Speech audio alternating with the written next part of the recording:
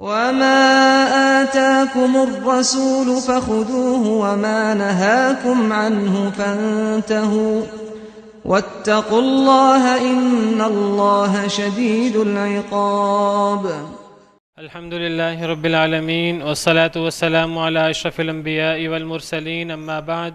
حدثنا أبو الوليد قال حدثنا ليس عن ابن شهاب عن سالم بن عبد الله عن أبيه قال. سالم بن عبداللہ بیان کرتے ہیں اپنے باپ. سالم بن عبداللہ کا باپ کون ہے؟ سالم بن عبداللہ، یہ عبداللہ کے بیٹے سالم ہیں. عبداللہ بن عمر مراد ہیں، حضرت عبداللہ بن عمر. یہ سالم حضرت عمر کے پوتے ہیں، حضرت عبداللہ بن عمر کے بیٹے ہیں. سالم بن عبداللہ بیان کرتے ہیں اپنے باپ یعنی حضرت ابن عمر رضی اللہ عنہما وارضاہما. قال، حضرت ابن عمر فرماتے ہیں لم ارى النبی صلی اللہ علیہ وسلم یستلم من البیت الا الرکنین الیمانیین. یہ ہے حدیث جو امام بخاری نے بیان کی ہے.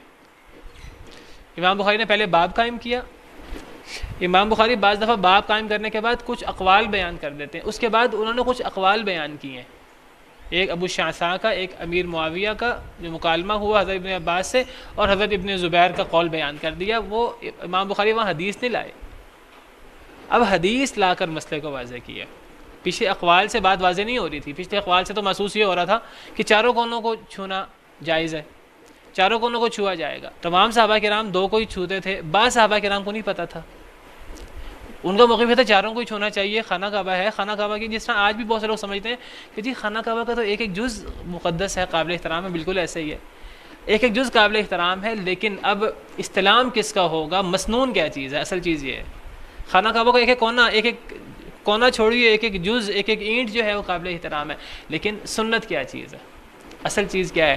تو امام بخاری نے اقوال بیان کر دیے پہلے کہ جو سمجھتے تھے کہ چاروں کو نہیں قابل احترام ہے. چاروں کو احترام ہونے کا مطلب یہ کہ چاروں کو چھوا جائے گا، چاروں کا احترام ہوگا. اب امام بخاری نے حدیث لا کر مسئلے کو واضح کیا. حضرت ابن عمر رضی اللہ عنہ کا فرمان، اور حضرت ابن عمر اپنی بات نہیں کر رہے، نبی کریم صلی اللہ علیہ وسلم کے بارے میں بیان کر رہے ہیں. حضرت ابن عمر فرماتے ہیں کہ میں نے نہیں دیکھا نبی صلی اللہ علیہ وسلم کو کہ وہ استلام کرتے ہوں بیت اللہ کا سوائے دو کونوں کے. اور کون سے دو کونے؟ دو یمانی کونے. یہ جو رکن یمانی ہے اس کو بھی رکن یمانی کہتے ہیں، جو رکن حجر اسود ہے اس کو بھی رکن یمانی کہا جاتا ہے. جو حجر اسود ہے اس کا رخ بھی یمن کی طرف ہے، رکن یمانی کا رخ بھی یمن کی طرف ہے. یہ دونوں کونے یمن کی طرف ہیں، لیکن چونکہ وہ جو حجر اسود ہے وہ بھی رکن یمانی، لیکن چونکہ وہاں حجر اسود بھی ہے اس لیے حجر اسود کی مناسبت سے اس کو حجر اسود والا کونا بھی کہہ دیتے ہیں. ورنہ در حقیقت یہ دونوں کونے رکن یمانی ہیں. رکن یمانی والا کونا بھی رکن یمانی ہے، حجر اسود والا کونا بھی رکن یمانی ہے، اور جو اس سے اگلا کونا ہے اس کو رکن عراقی کہتے ہیں. اس کو کیا کہتے ہیں؟ رکن عراقی. اور جو اس سے اگلا کونا ہے اس کو رکن شامی کہتے ہیں. حجر اسود جو والا کونا جو ہے یہ بھی رکن یمانی ہے، اس سے آگے جو ہے وہ رکن عراقی. پہلا والا کونا وہ رکن عراقی ہے. یہ میں آپ کو دکھا دیتا ہوں ماڈل. تو یہ جو حجر اسود والا کونا ہے یہ بھی رکن یمانی، اس کو رکن حجر اسود بھی کہہ دیتے ہیں. حجر اسود کا کونا زیادہ مشہور ہے کیونکہ حجر اسود سے شروع کیا جاتا ہے طواف وغیرہ. حجر اسود کی ایک اہمیت ہے، نبی صلی اللہ علیہ وسلم جو ہے اس کو چومتے تھے. حجر اسود والا کونا یہ بھی رکن یمانی ہے، یہ پچھلا کونا بھی رکن یمانی ہے. یہ جو کونا ہے یہ والا یہ رکن عراقی ہے، اور یہ جو اس سے اگلا کونا ہے اس کو رکن شامی کہتے ہیں. تو حضرت ابن عمر رضی اللہ عنہ فرماتے ہیں کہ میں نے نبی صلی اللہ علیہ وسلم کو بیت اللہ کے صرف دو رکن یمانی کو چھوتے دیکھا اور کسی کو چھوتے نہیں دیکھا.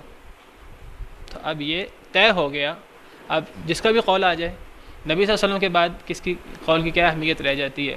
میں نے آپ کو بتایا کہ حضرت امیر معاویہ حضرت ابن عباس کا مکالمہ یہاں پورا نہیں ہے، یہاں مکالمہ پورا نہیں ہے، دیگر احادیث میں پورا ہے.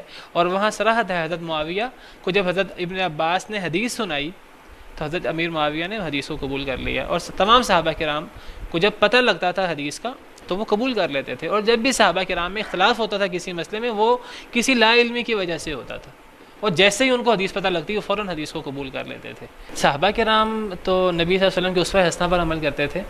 تو آج کے لوگ جو ہیں وہ بعض دفعہ ان کے نظر میں قرآن حدیث کے علاوہ اور کچھ چیزیں بھی ہوتی ہیں، تعصب بھی ہوتا ہے مذہب کا اور اس قسم کی چیزیں بھی ہوتی ہیں. صحابہ کرام کے ذہن میں کوئی تعصب نہیں تھا.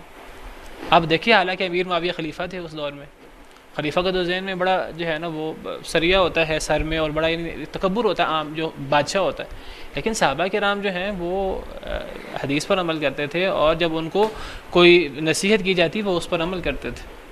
سبحان ربك رب العزة عما يصفون وسلام على المرسلين والحمد لله رب العالمين. صناع الحياة أقمار الليالي منار الهداة أعلام الرجال صناع الحياة